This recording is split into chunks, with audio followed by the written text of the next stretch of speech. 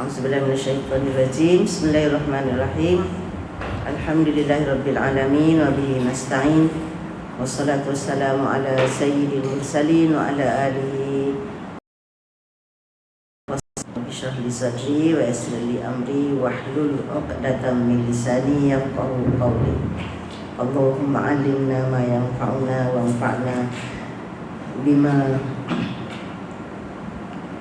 Allah, doa apa dah terlupa dah.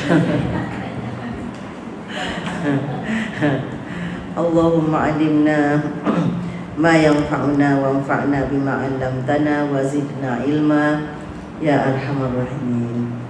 Alhamdulillah, syukur kehadirat Allah Subhanahu Wa Taala. Tahniah semua kerana telah terpilih untuk melangkah ke tahun baru 2026. Bertambah muda lah kita semua ya, alhamdulillah. Dan di penghujung usia ni, saya nak ingatkan hadis ni. Dia memang walaupun dah banyak kali saya baca, tapi saya nak ingatkan juga untuk diri saya lah dan sahabat-sahabat semua ya. Kerana apabila Allah Subhanahu Wa Taala panjangkan usia kita, memang ada hikmah ya. Allah Subhanahu Wa Taala tidak lakukan sesuatu saja-saja atau sia-sia. Pasti ada hikmah. Dalam sepotong hadis sahih yang diriwayatkan oleh At-Tirmizi dan Ibnu Hibban, Nabi sallallahu alaihi wasallam bersabda, "Idza aradallahu bi'abdin khairan ista'malahu." Saya baca banyak kali dah ni, tapi tak apalah kan. Idza aradallahu bi'abdin khairan ista'malahu. Apabila Allah Subhanahu Wa Taala menghendaki kebaikan untuk seseorang hamba, dia akan mempergunakan hamba tu. Ista'malahu, dia akan mempergunakan hamba tu. Dengan perkataan memperguna tu macam memeras lah kan. Jadi Allah Subhanahu Wa Taala bila dia nakkan kebaikan kepada seseorang hamba, Allah akan mempergunakannya. Lalu sahabat bertanya, "Ya Rasulullah," ya Rasulullah, dia kata, "Kaifasta'malahu?" Bagaimana cara Allah mempergunakannya tu? Apa maksudnya? Apa maksud Allah mempergunakan? Okey. Maka Rasulullah sallallahu alaihi wasallam menjawab, "Yuwaffiquhu li amalin salihin qabla al-maut." Yuwaffiquhu li amalin salihin qabla al-maut.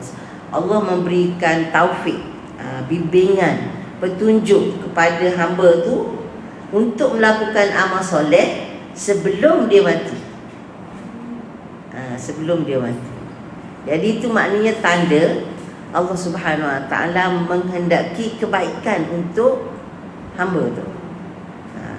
Jadi di hujung usia dia, Allah bimbing dia, Allah ialah mudahkan dia, Allah buka hati dia untuk melakukan amal-amal yang soleh. Lalu dia mati dalam beramal soleh dengan taufik dan bimbingan daripada Allah Subhanahu Wa Taala. Jadi Allah Subhanahu Wa Taala ni dia bijaksana. Kan, dia nak pilih seseorang tu, dia tengoklah orang ni nak ke tak nak kan. Takkan Allah nak pergi cekup orang yang tengah buat maksiat ke kan? Nak pergi cekup orang yang memang tak ingat dia ke apa kan? Mestilah dia melihat perjalanan hamba tu sepanjang hidup dia kan. Orang yang betul-betul berusaha, bersungguh-sungguh, nampak nak dekatkan diri pada dia. Yalah, macam kita pun kan nak pilih orang kan. Betul tak? Kalau kita kata nak bagi anugerah satu kelas akhir tahun kan, kan takkan tiba-tiba je nak ambil budak yang liat, yang selalu poting, kan, yang markah corot, Ya selalu awal cakap cikgu, takkan nak tiba-tiba je pilih teruk angkat dia naik kan. Tentulah penilaian itu dibuat sepanjang tahun. Tengok prestasi dia, kehadiran dia ke sekolah, akhlak dia dengan kawan, dengan guru, komitmen dia dengan pelajaran.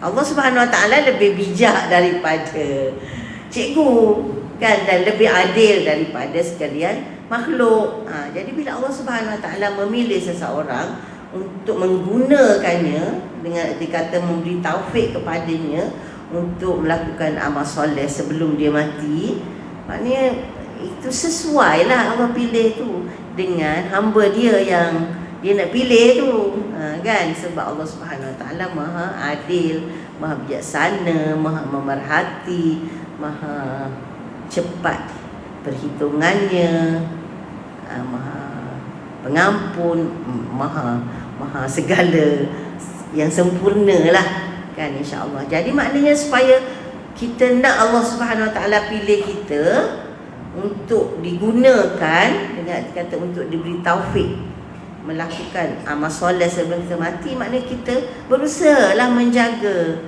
amalan kita, kan, berusaha menjaga amalan kita dengan istiqamah, dengan banyakkan doa, tak, kan, dengan mencari kawan-kawan yang sama-sama menghendaki kebaikan tu. Banyaklah cara bila kita betul-betul menghendakinya, insya-Allah. Mudah-mudahan kita terpilih.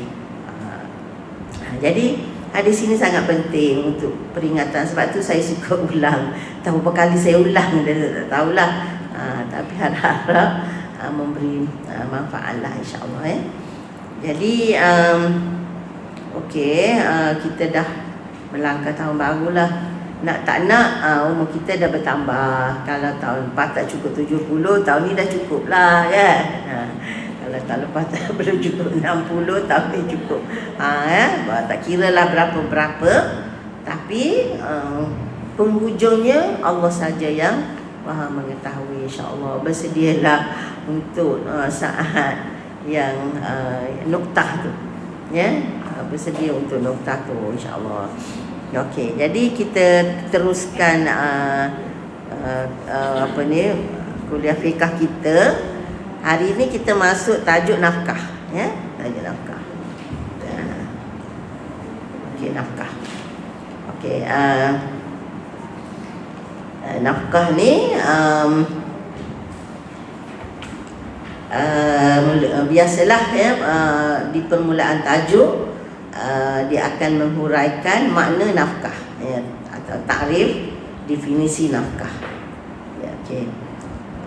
Jadi kalau ejaan asalnya nafkah ni nun fa qaf, ya, qaf, nun fa qaf, nafkah, nafkah. Tapi Melayu dah jadi kah, jadi nafkah, kan? Jadi asalnya nafkah, nafkah. Jadi asal makna nafkah ni ialah mengeluarkan atau menghabiskan. Jadi itu makna perkataan nafkah. Maknanya yang ada pada kita buat keluar. Tak kata buat terbit, kan? Bila buat keluar habislah. Itu makna nafkah. Jadi kata anfaqtu maknanya saya mengeluarkan apa yang ada pada simpanan kita lah, pada milik kita. Itu asalnya. Dan perkataan nafkah dia kata mengeluarkan atau menghabiskan hanya digunakan dengan makna yang baik sahaja. Jadi biasanya digunakan untuk berbelanja pada perkara-perkara yang baik. Ini makna bahasa, ya, tak ada kaitan dengan syarak lagi, tak ada kaitan dengan hukum ni. Jadi dia nak ceritakan makna nafkah digunakan untuk membelanjakan sesuatu ataupun mengeluarkan harta untuk kebaikan. Itu makna nafkah dari sudut bahasa. Okey. Kemudian dari segi istilah, ini yang berkaitan dengan hukum lah. Jadi perkataan nafkah dalam dari segi istilahnya ialah semua perkara yang diperlukan oleh manusia seperti makanan, minuman, pakaian dan tempat tinggal. Ini contoh. Jadi maknanya nafkah dari segi istilahnya ialah mengeluarkan harta ataupun berbelanja untuk memenuhi keperluan asas. Untuk memenuhi keperluan asas seperti makanan, minuman, pakaian dan tempat tinggal. Jadi mengeluarkan harta yang ada untuk memenuhi keperluan-keperluan ni. Itu dipanggil nafkah. Jadi katakan kalau suami dia bagi kepada isteri dia perkara-perkara ni, maknanya dia telah memberi nafkah. Kalau dia beri makan saja, tak beri pakaian, tak sediakan tempat tinggal, maknanya tak komplit lah nafkah tu. Kan? Sebab nafkah tu maknanya memenuhi semua keperluan ni. Makanan, pakaian, tempat tinggal ni contoh. Dan dia termasuk juga keperluan diri kan. Alat kebersihan. Nak mandi kena ada sabun, shampoo, tu kan. Semua tu. Dan ubat-ubatan. Kalau sakit kan, kalau sakit ke apa, kena ada ubat, bawa pergi hospital ke klinik ke, semua itu termasuk dalam dikira memberi nafkah. Kalau kita pergi kepada apa yang dia buat contoh ni, contoh je seperti kan, seperti makanan, pakaian, minuman, tempat tinggal. Jadi kalau ambil ni je, nanti kalau isteri sakit, itu tak termasuk nafkah dia kata. Bukan kan. Sakit rawatan juga adalah termasuk dalam nafkah. Isteri sakit kenalah hantar ke klinik ke hospital ke pusat rawatan ke apa-apalah kan, bagi ubat ke. Itu. Termasuklah juga keperluan kebersihan diri kan. Apa yang perlu dalam bilik mandi tu, nak gosok gigi, nak shampoo, nak apa-apalah. Okey, dinamakan nafkah ialah kerana ia dikeluarkan atau dihabiskan dengan tujuan mendapatkan keperluan di atas. Jadi itulah diambil perkataan nafkah tu sebab apa yang keperluan-keperluan ni mesti dibelanjakan. Okey, itu makna nafkah. Okey, jenis nafkah. Jenis nafkah ni dia kata terdapat 5 jenis. 5 jenis ya. Pertama, nafkah manusia kepada dirinya sendiri. Diri sendiri. Takkan nak suruh orang lain yang bagi nafkah kan. Jadi kita pun ada keperluan. Jadi kena belanjakan untuk keperluan diri kita.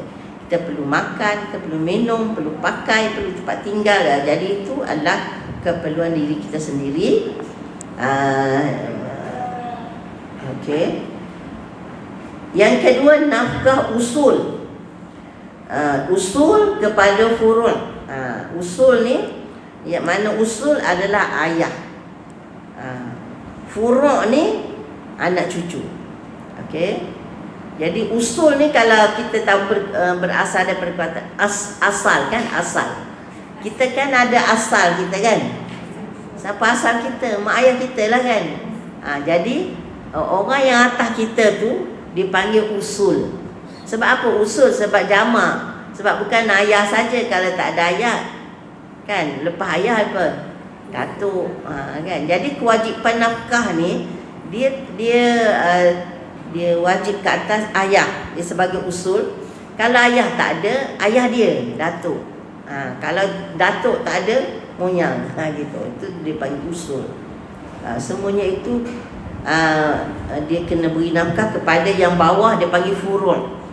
Furu' ni maknanya furu' ni kan dia apa yang lahir daripada usul lah. Kan? Usul tu akar dia, asal dia.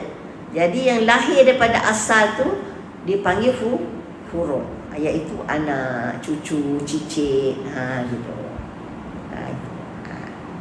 Okey, jadi nafkah usul kepada furu'. Furu'. Okey, yang ketiga pula nafkah furu' kepada usul. Terbalik, ya. Terbalik. Nafkah furu' anak kepada usul. Jadi bila usul wajib beri pada furu', bila pula furu' wajib beri nafkah kepada usul. Akan diceritakan nanti. Okey, yang keempat nafkah suami kepada isteri. Nafkah isteri, suami kepada isteri. Dan kelima nafkah lain. Ini akan dihuraikanlah apa dia lain-lain tu. Jadi dalam orang kata apa, dalam institusi keluarga ada 4 jenis ni lah. Kan 4 jenis. Iaitu nafkah untuk diri sendiri, kemudian nafkah untuk orang bawah kita, furu' kita, anak cucu tu, kemudian nafkah untuk usul, datuk nenek, dan nafkah suami kepada isteri. Isteri kepada suami tak ada. Okey. Ada. Apa dia?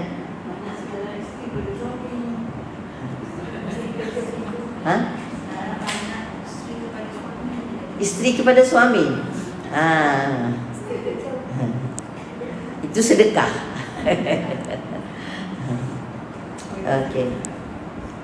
Okey, jadi mula dengan nafkah manusia kepada dirinya sendiri. Nafkah kepada diri sendiri. Okey, kewajipan nafkah yang paling rendah, paling utama ialah nafkah kepada diri sendiri. Jika mampu, nafkah pada diri sendiri hendaklah didahulukan daripada yang lain-lain. Okey. Nafkah ini meliputi semua perkara yang diperlukan oleh seseorang manusia, seperti tempat tinggal, pakaian, makanan, minuman dan sebagainya.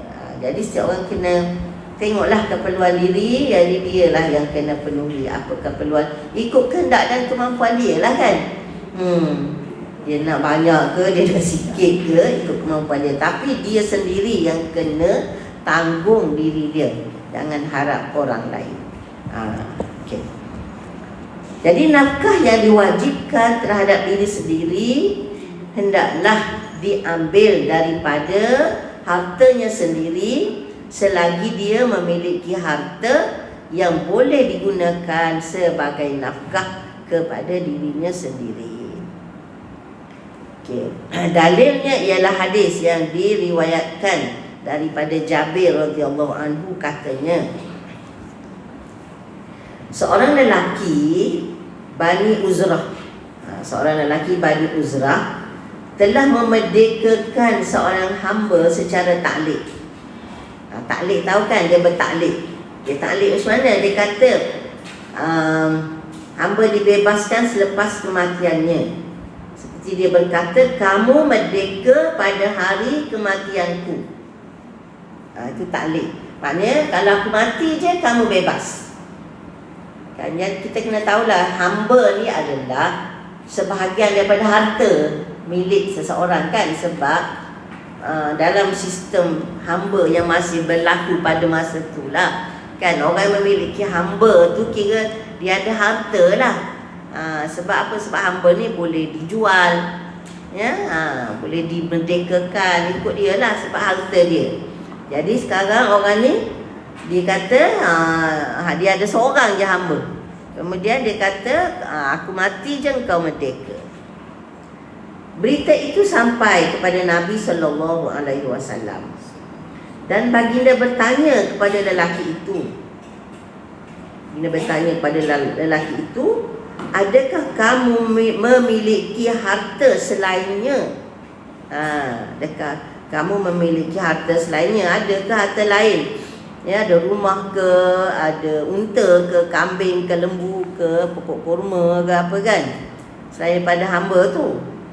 Lelaki itu menjawab, tidak, tak ada. Tu je harta dia. Nabi SAW berkata, siapakah yang ingin membeli hamba ini? Siapakah yang ingin membeli hamba ini? Lalu Nu'aim bin Abdullah Al-Adawi membelinya dengan harga 800 dirham. Nabi offer ni, siapa nak beli hamba ni? Jadi adalah seorang sahabat bernama Nu'aim membelinya dengan harta 800 dirham. Rasulullah sallallahu alaihi wasallam menyerahkan duit itu kepada lelaki Bani Uzrah tersebut dan bersabda, mulakan dengan nafkah terhadap dirimu, iaitu belanjakanlah untuk dirimu dahulu. Jika berbaki, berilah nafkah berbelanja kepada ahli keluarga kamu. Jika masih berbaki, berikanlah kepada kaum keluarga kamu yang terdekat. Jika masih lagi berbaki, berikanlah kepada orang ini dan orang ini. Jadi Nabi beri panduan. Kan, kalau dah tak ada harta nak belanja untuk diri sendiri, tak usahlah buat baik. Lepas gitu saja, fikir keperluan diri.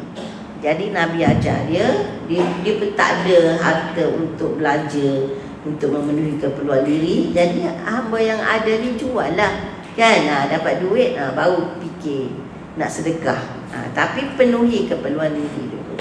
Itu maknanya cara Nabi SAW didik umat dia. Kan, nak buat baik boleh, tapi jangan mengabaikan keperluan diri sendiri. Jadi bayangkan, itu je yang ada. Bila dia mati, hamba tu dah bebas, kan? Jadi katakan kalau dia ada tinggalkan anak ke isteri ke, dia orang nak makan apa? Kan? Hamba dah tak ada dah. Jadi tu Nabi SAW beri dia panduan. Tak apalah, jual. Kalau betul tak perlu hamba ni, jual lah. Jadi alhamdulillah, macam tu. Itu dalil menunjukkan bahawa seseorang itu mesti memikirkan keperluan diri sendiri. Kemudian selepas itu kalau ada lebihan, tunaikan tanggungjawab terhadap yang lain-lain. Okey. Itu yang pertama. Yang kedua, nafkah usul. Iaitu ayah atau datuk kepada furuk. Tapi sebelum tu saya nak bacakan beberapa hadis tentang nafkah ni. Tentang nafkah ni. Jadi sebab makna nafkah tadi membelanjakan, mengeluarkan.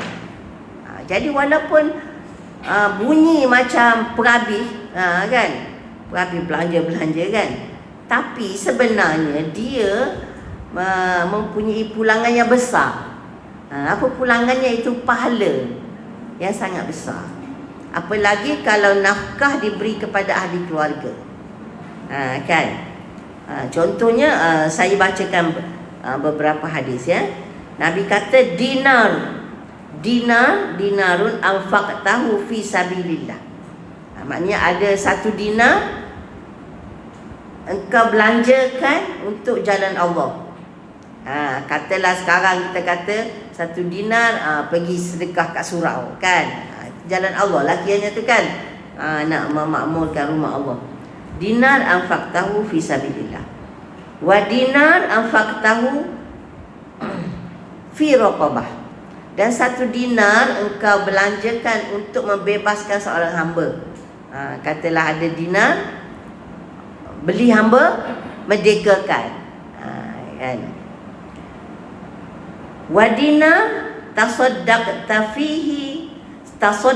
bihi ala miskin. Dan 1 dinar engkau beri sedekah kepada orang miskin. 1 dinar engkau beri sedekah kepada orang miskin. Wa dinar anfaqtahu ala ahlika.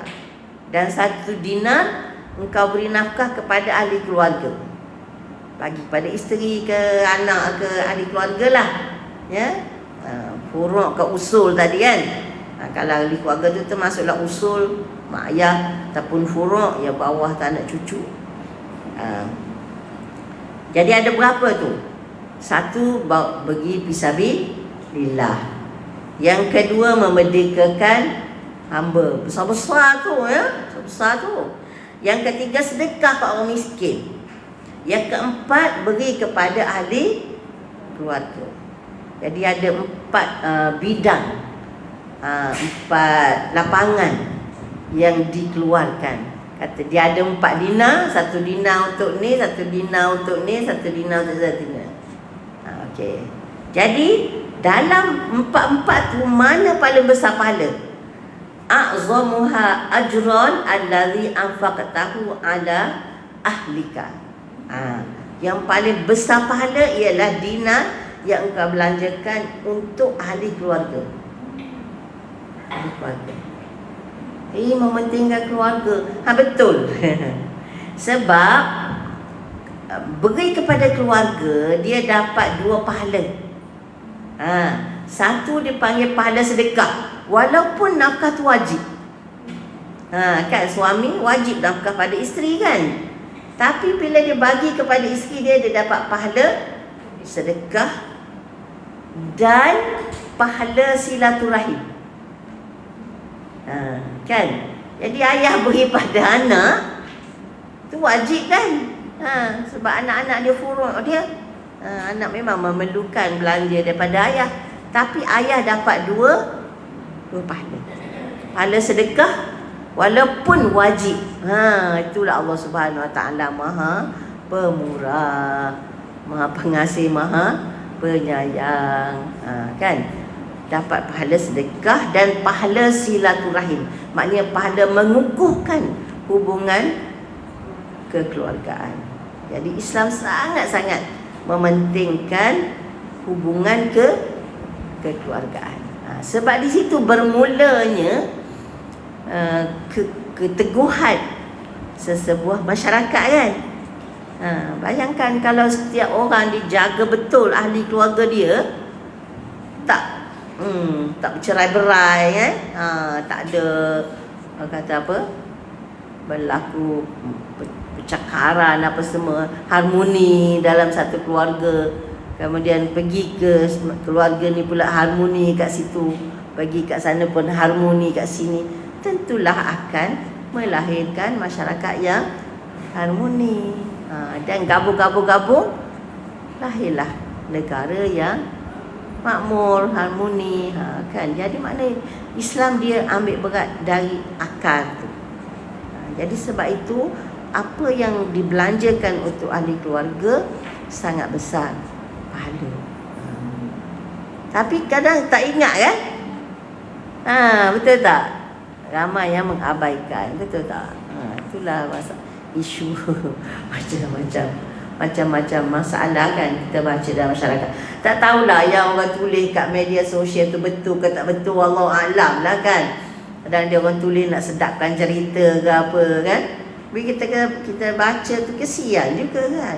Kalau betul lah macam ni, tapi yalah kita pun tak kenal siapa, nama pun samaran kan, kadang tak ada nama pun, tapi nak percaya penuhnya pun berhati-hati juga. Tapi tak percaya pun macam menasabah gitu kan. Tapi paling tidaknya boleh jadi kata apa, bahan untuk kita buat renungan lah kan. Penting sangat balik kepada ajaran Allah Subhanahu Wa Taala ni. Dan macam mana cantiknya Allah susun, betul tak? Cantik sangat ada Allah susun ni. Jadi kalau semua ikut peraturan Allah, insya-Allah. Sebab tu dia rahmatan lil alamin kan. Memang rahmat Allah Subhanahu Wa Taala turunkannya. Hadis riwayat Muslim. Hadis lain riwayat Bukhari dan Muslim. Nabi SAW bersabda, "Idza anfaqa ar-rajulu ala ahlihi." Ya, idza anfaqa ar-rajulu ala ahlihi. Apabila seorang lelaki beri nafkah kepada isterinya. Kan? Wajib ke sunat tu? Wajib kan? Bila seorang lelaki beri nafkah kepada isterinya, ala ahli nafaqatan yahtasibuha, satu nafkah yang dia mengharap. Dia mengharap keredaan Allah Subhanahu Wa Taala. Diberi, dia tunaikan kewajipan dia dalam keadaan dia mengharap semoga Allah terima, Allah redha. Jadi bila dia mengharap Allah terima, Allah redha, tentulah dia beri dengan cara yang baik kan. Cara yang baik macam mana? Paling tidak tak ungkit lah. Kan? Kalau beri dah ukit tu tak baik dah kan, tak habis pahala. Okey. Kan? Okey, dia seseorang lelaki yang beri nafkah kepada keluarganya, satu nafkah yang dia mengharap keredaan Allah Subhanahu Wa Taala, maka baginya pahala sedekah. Maka baginya pahala sedekah. Tahu pahala sedekah macam mana kan? Pahala sedekah macam mana kan? Setiap satu biji yang dikeluarkan sedekah tu berapa kali ganda? Kan? Sumbulatin apa dah? Satu sumbulah, satu biji benih kan, yang tumbuh padanya 7 tangkai kan. Setiap satu tangkai ada 700 biji pula. Banyak tu pahala sedekah tu. Kan. Jadi itulah Allah Subhanahu Wa Taala. Dia wajibkan kalau orang tunaikan kewajipan tu, dia bagi pahala macam beri sedekah. Patut-patut tak payahlah bagi pahala sedekah, bagi markah wajib itulah. Kan kita katakan bagi markah dia telah menunaikan yang wajib lah. Tapi itulah Allah Subhanahu Wa Taala. Tak kan, Maha Kaya, Maha Pemurah, Maha Pengasih, Maha Penyayang. Dia nak tengok, dia nak uji, dia nak tengok hamba ni dia buat ke tak kan. Asalkan buat aja, ambil pahala, ambil. Gitulah dia. Okey.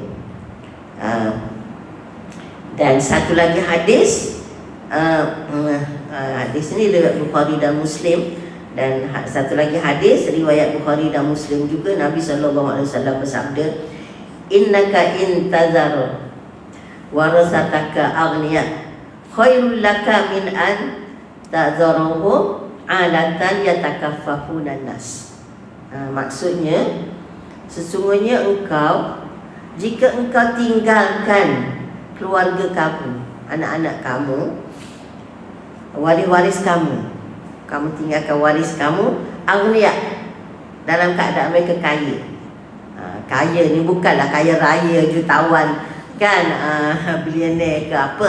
Kaya ni maknanya hidup cukup lah kan. Itu makna kaya tu, dah cukup hidup tu. Paling tidak boleh hidup. Khairul laka, lebih baik bagi kamu daripada kamu tinggalkan mereka dalam keadaan miskin, meminta-minta dengan orang. Kan? Jadi maknanya mak ayah fikirkan anak-anak yang bakal ditinggalkan tu. Mereka hidup mencukupi ke, ataupun terpaksa menadah tangan mengharap bantuan orang. Jadi dia tinggalkan anak-anak dalam keadaan mencukupi lebih baik. Okey, dia kata. Dan dia kata sesungguhnya engkau tidak memberikan satu nafkah kepada ahli keluarga kerana mengharap keredaan Allah. Tidak memberi satu nafkah kerana mengharap keredaan Allah, melainkan engkau diberi pahala. Sehinggalah apa yang kamu suapkan di mulut isterimu. Apa maknanya? Apa yang kamu suap di mulut isterimu, itu pun dapat pahala. Jadi ada ulama dia mentafsirkan maksud suap kat sini kan. Maksud suap tu maknanya bermesra lah kan. Suap sesudu ambil kan. Itu pun dapat pahala. Itu bukan memenuhi nafkah pun setakat satu suap kan, satu suap tu. Tapi maknanya walaupun sedikit yang diberi kepada isteri tu dapat pahala. Jadi ada ulama mentafsirkan bahawa ini menggambarkan kemesraan hubungan suami isteri. Jadi nak bagi nafkah tu tidaklah makna bawa selungguk, ambil aku dah beli ni. Kan. Tapi maknanya dengan cara yang sopan kan, dengan cara yang santun kan. Salahnya beli buah anggur ke kan, balik basuh ambil sebiji. Ni nenek ni Datuk nak suap. Nenek kata tak kira lah kan. Kan itu pun dapat pahala kan. Tengoklah Nabi dengan Aisyah radhiyallahu anha kan. Nabi bila Aisyah minum air dalam cawan tu kan, Aisyah minum air dalam cawan, Nabi pun ambil cawan tu, dia pusing mana tempat Aisyah minum tadi. Kan ni cawan kan, dia pegang cawan ni. Jadi cawan tu Aisyah minum, Aisyah duduk situ, dia minum sebelah ni lah kan. Lepas tu Nabi pun pusing, dia minum tempat yang Aisyah minum tu. Tu Nabi SAW. Tu Nabi tu kan. Dekat isteri dia. Bukan Aisyah buat Nabi kata, oh tempat Nabi minum aku nak minum lah, ambil berkat lah. Bukan. Aisyah minum dulu. Lepas tu bila Nabi nak minum, dia pusing minum tempat Aisyah minum. Tak adalah geli-gelinya. Kan katakan kalau Aisyah buat tu, okey lah tu nak ambil berkat kan. Sebab kan Nabi. Tak, Nabi. Dan kalau Aisyah ni tulang, apa kita panggil? Itu tulang. Gonggok tak adalah gonggok apa. Makan tu makan kan makan ambil daging kat tulang tu. Kan kita kan daging tu kadang-kadang dia lekat kat tulang tu bukannya senang. Nak kan sekali gigit tak habis ada lagi. Jadi bila Aisyah gigit tu tak habis, Aisyah bagi pula Nabi. Jadi Nabi tak adalah cari tempat lain nak gigit. Dia pergi cari tempat Aisyah gigit tadi. Dia gigit pula. Daging kat tulang tu. Gitulah dia contoh pemimpin kita. Laqad kana lakum fi Rasulillahi uswatun hasanah. Jadi mana sampai begitu Nabi SAW tunjukkan cara bagaimana baginda melayan isteri baginda sallallahu alaihi wasallam ya. Jadi tu dia kata, nafkah yang kamu beri kerana mencari kerajaan Allah, kamu akan dapat pahala sehingga apa yang kamu letak kat mulut isteri kamu. Kan? Macam mana cik faham? Apa dia? Dia tak dengar cerita ni. Cuba dia dengar. Seronok dia. Apa dia? Sebab takut berjangkit COVID. Okay. Jadi maksudnya di sini, walaupun kita kata nampak nafkah tu mengeluarkan, membelanjakan, tapi sebenarnya itu adalah ladang pahala yang besar untuk mereka yang dipertanggungjawabkan untuk memberi nafkah. Jadi janganlah duk fikir, teruk ni membebankan ni kan. Tapi jangan, kalau ingat pahala sedekah tu, ingat kan berkatnya, berkembangnya, Masya Allah. Tapi kadang-kadang dah lupa nak niat dah.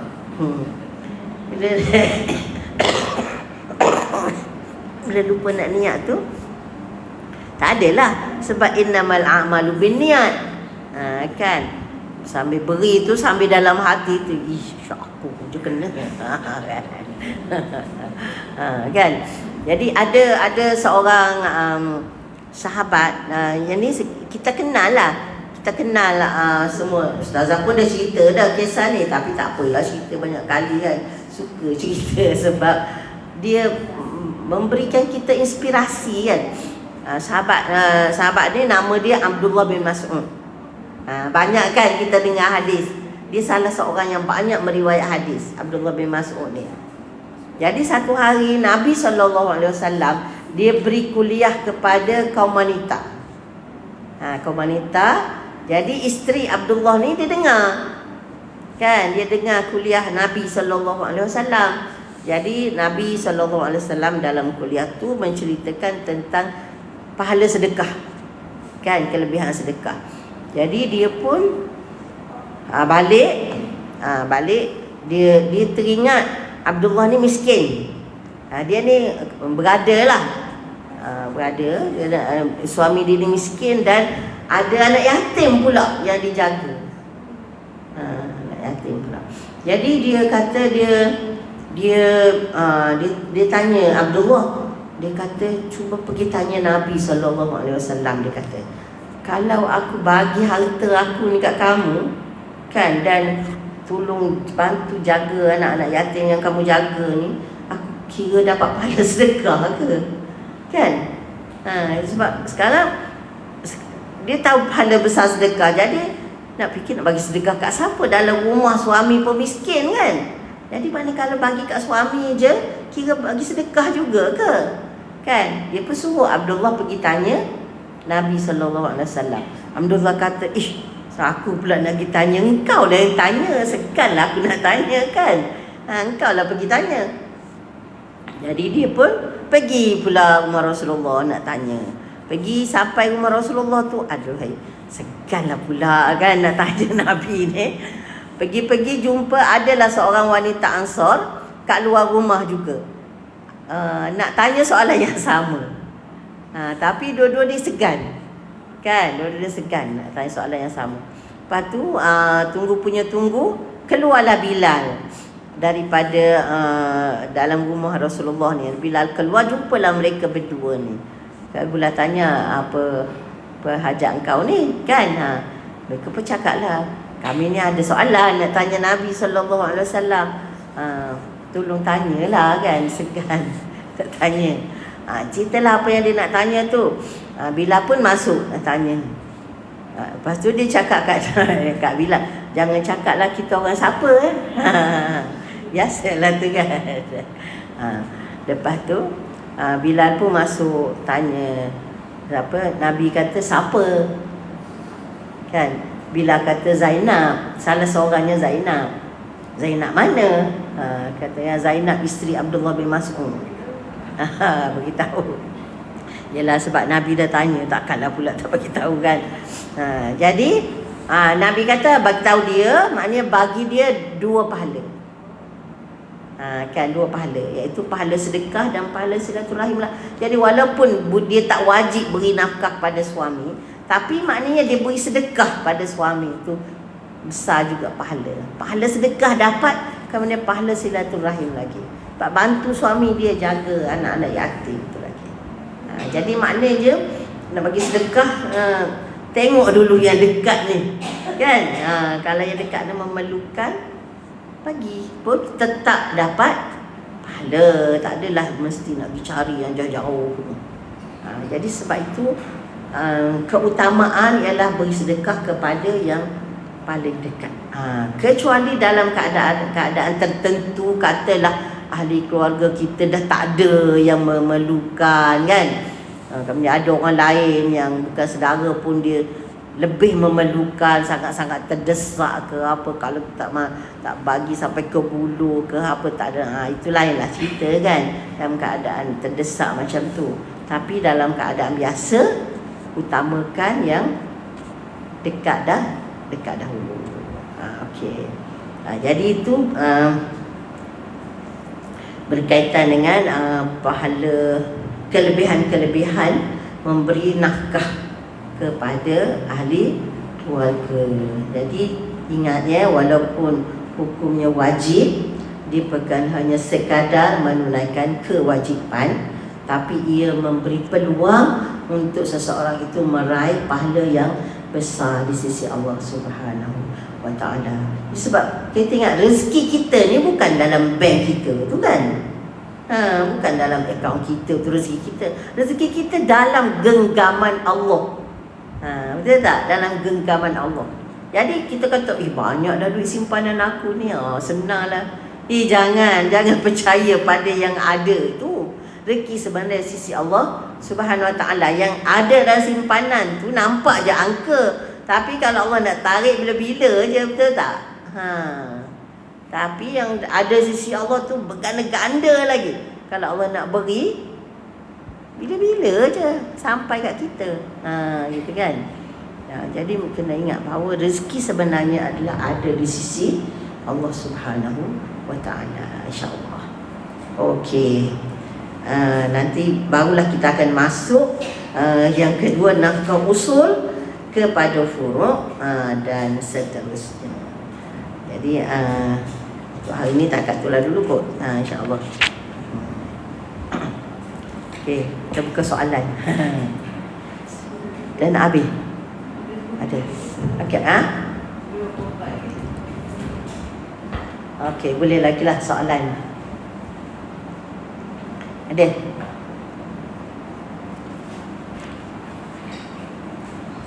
Ya.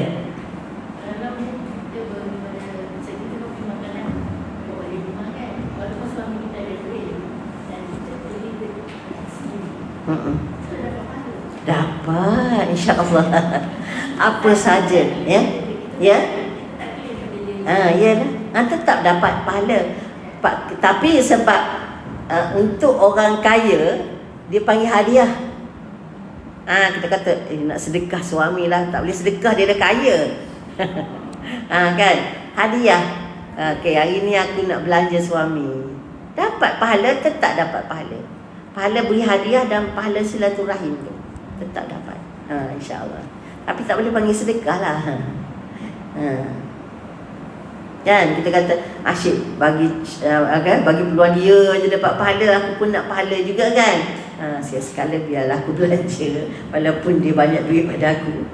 Kan tetap dapat pahala, insya-Allah. Tak sia-sia. Walaupun RM1, RM2 tetap dapat pahala, insya-Allah.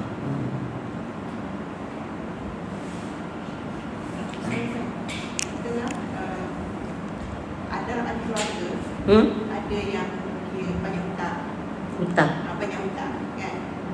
Tapi hutang tu sebenarnya hutang sebab perjudian. Perjudian. Jadi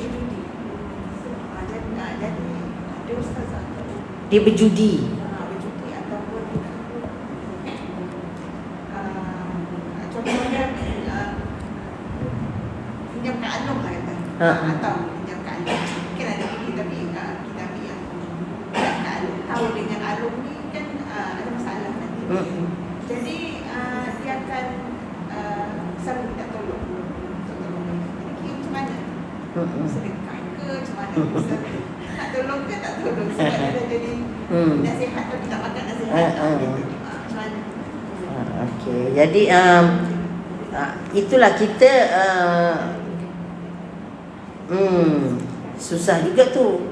Kan? Tapi kalau kita tolong dia, macam membantu dia, kan, membantu dia dalam meneruskan usaha tak baik dia tu, tak boleh lah.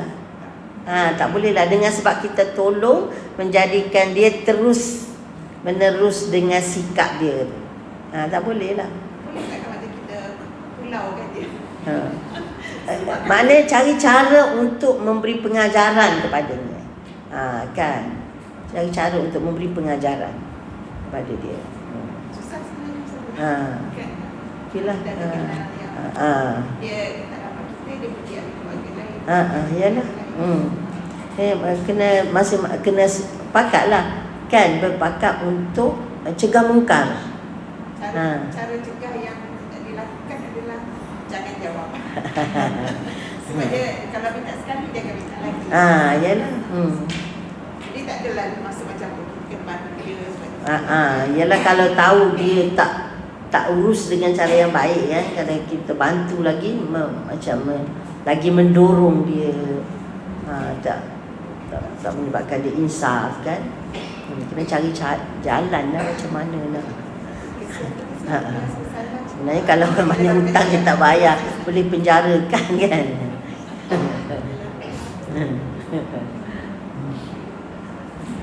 Okey, ya.